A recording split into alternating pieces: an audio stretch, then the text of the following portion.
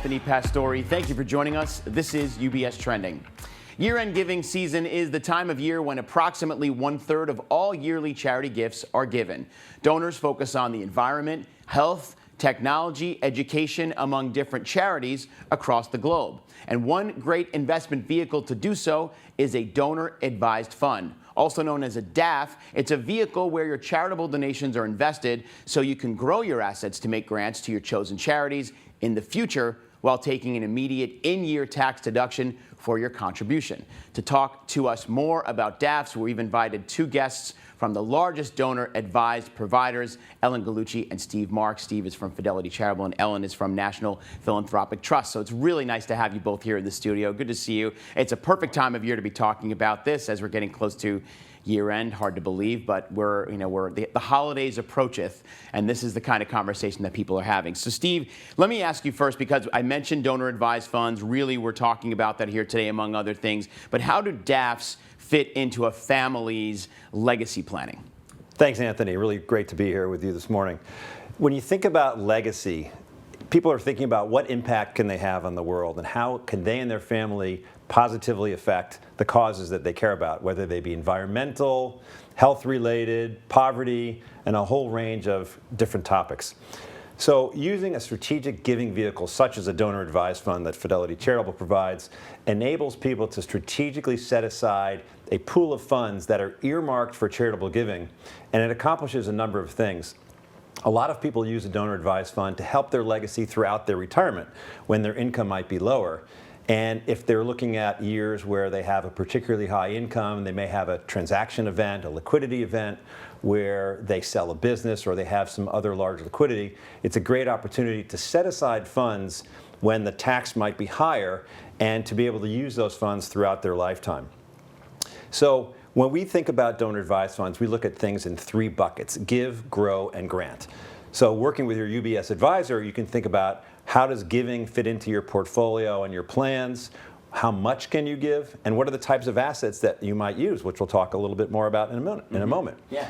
You can grow those assets, which means you can give that much more to charity as the assets grow. And then finally, you grant the assets out to the various charities that you care about. There's over 1 million charities in the United States, and so it gives people a great opportunity to give very strategically throughout their lifetime. Finally, I just wanted to share a few key components of an effective giving plan. First, sitting down with your family and identifying what are your objectives and values. And it's a big world out there, so trying to narrow your focus as a family with the kind of things you care about it can be a major undertaking, but can also be very fulfilling. Writing a mission statement, establishing principles, processes, and practices, how you actually go about your giving, setting goals and a budget, thinking about your roles, who does what, and what are they responsible for. And then finally, not forgetting to talk about it. So scheduling family meetings on philanthropy are other components that really help people to be more effective with their giving, often using a donor-advised fund. I'm glad you mentioned that, Steve. I think it's really important for families who do want to focus on being charitable. They have philanthropy, whether it's in their blood from legacy or it's something new for the family to get into. It's a great way to get them all together at the table, talk about their goals and their values, and then obviously follow those steps that you just mentioned, which we flashed on the screen. It's great, and it gets families together and gets them talking about the things that matter to them. Exactly. Thank you, Steve. Sure. So Ellen, good to have you here. Let's go deeper in. So what types of assets can we be using or families be using to satisfy those philanthropy goals that we're talking about with Steve here? Sure. So there are a broad array of assets that clients can give or donors can give to their donor-advised fund. At the National Philanthropic Trust, we've seen people give private property, so restricted and controlled stock, mutual funds, cryptocurrency, but even more complex assets. We've had people give us their S Corporation shares or C Corp shares, or they would give us a hedge fund LP interest or private equity, even real estate. All of those gifts incredibly important because they can maximize their tax deduction through a donor-advised fund, unlike other charitable vehicles. They'll be able to take 30% against their adjusted gross income. They'll get a fair market value deduction, And they avoid capital gains, which actually creates a larger pool of money to give to philanthropy later. But the other thing that we take is tangible property. And just recently we worked with someone who was going through a big life change. They decided to get rid of the Picasso on their mantle, so they gave it to National Philanthropic Trust. We worked with Sotheby's to warehouse it and insure it, and then they helped us figure out a way to bring it to market, to liquidate it, which was through a private auction. And now the donor has a $20 million donor advised fund, and they're using it to give back to the arts, ironically, but not so much, I guess. The other nice thing is that this person is also involving their adult children, their young adult children, so they're getting a taste of philanthropy. They're creating a legacy by doing that. And the advisor is getting a chance to work with the second generation on the asset allocation and the DAF, which will continue to grow tax-free until that next grant goes out. That is, first of all, that story I think wowed both Steve and myself. I mean, to think that someone would be contributing a Picasso, but to think about what they hope to gain by doing something like that of that value is so incredibly altruistic and charitable, I guess is the right word. I mean, what an amazing, also what an amazing legacy for that donor to leave for the family that they're getting involved in these conversations. That's incredible. Absolutely. Thank you for sharing that story, Ellen. Wow, like I'm floored by that charity. So Steve, maybe you can talk. So we mentioned this just briefly in your earlier comments, and Ellen also kind of alluded to it. Getting the entire family together, right? I mean, even though we said it in the beginning, it's a great thing to do, but it can be easier said than done, right? Exactly. Everybody's got schedules and lots of other things on their plates. So how can an entire family then be involved in the donor advised fund and contributing to it and discussing it? What's the lesson or what's the tip you can give to families who want to be able to do that? Absolutely. Well, thanks. And what Ellen just talked about was a great segue into an example of how families work together across the generations. And when you think about we're heading into year end, a lot of people are taking stock of their personal and financial life and goals and how this year is going and what they see for the coming years. And there's also a lot of family time. So it's a very opportune time for families to get together across the generations. And since it is a time to reflect and most people are thinking about how can I impact the world because it's that time of year, it's just a great opportunity to do that. So a couple of things. Some research that we did shows that among families who do some charitable activity together, there is a 27% increase in the likelihood that that family will be donating $5,000 or more annually to charity because it becomes part of the DNA. Also, families who provide children a giving allowance, they're teaching them a little bit about finances, so that's very good for the legacy. It's also good for the charitable gene to grow in the children.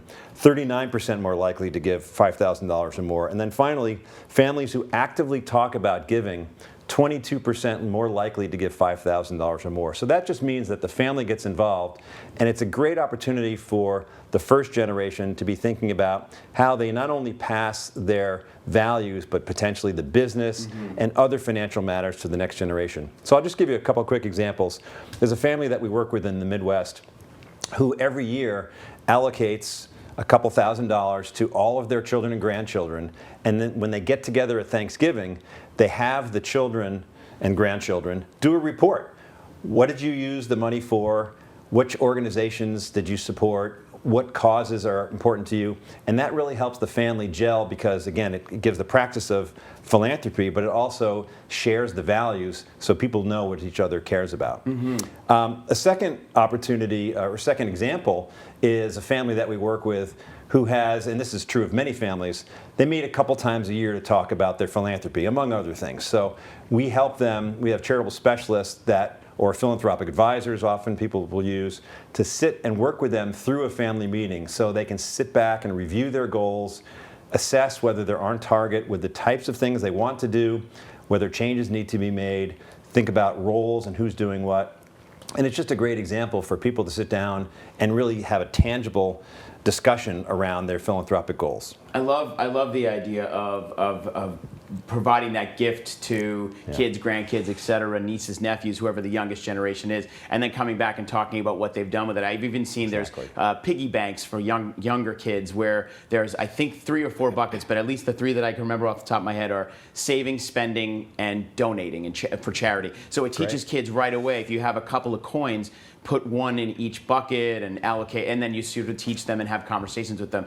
But I love that idea of getting the younger generation involved, especially if it's an important value for the family. Great. Thank you, Steve. Yes, sure, thank you. So here we are, right? We're at the end of the year. We keep talking about this. We're in November. Thanksgiving and the holidays are right around the corner. So we have to talk about year-end planning. So why is it so important, Ellen? Why is year-end so important, especially when it comes to donor-advised funds and charitable donations? So it's a big time of year. People are really reflective about what they've accomplished during the year, and they are also thinking about, how do I give back to others? But the other part of this is that we have a lot of nonprofits that are looking at their own funding and thinking about 2023 and how they're going to fund programs. So we have that group actually coming to all of us and asking directly, will you give to me? And because of that, we actually see a 30% spike in November and December of each year because of that level of activity. In addition, we have people that are just looking to really make a difference, and so using this time at the fourth quarter is a way to do that. The Donor Advised Fund is just an amazing tool to get money out to charities really quickly. If you open a Donor Advised Fund, it makes it really simple. You can go online on your laptop, on your phone, go to the grant making section, ask for a grant to be made to the charity. It'll be in memory, so saved, and you can put it on a quarterly or annual basis, whatever works with you. It's just one less thing that you'll have to do during a very busy time of year. But finally, families can be really involved in this. So as Steve was mentioning, the next generation, we worked with someone who, at UBS, who basically gave pharmaceutical shares. They got liquidated. They opened two very substantial donor-advised funds, one for each child. And those children are basically now, testing their toes into the philanthropy world and making grants at the end of the year. But it's something that can be taken forward for the future.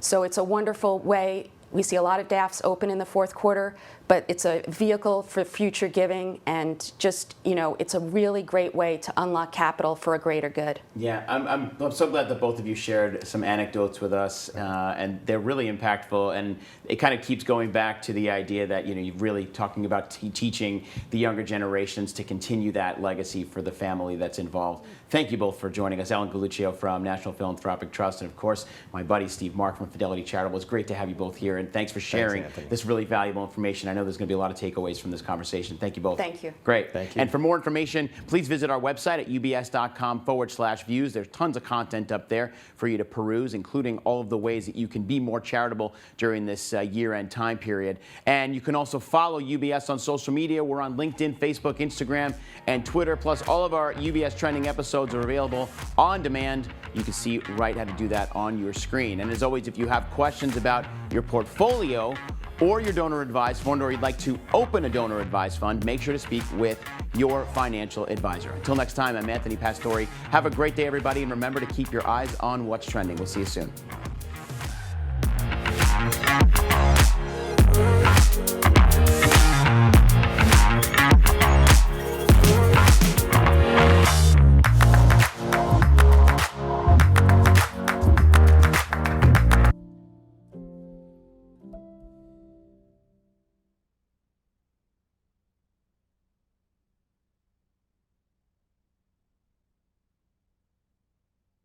Great job.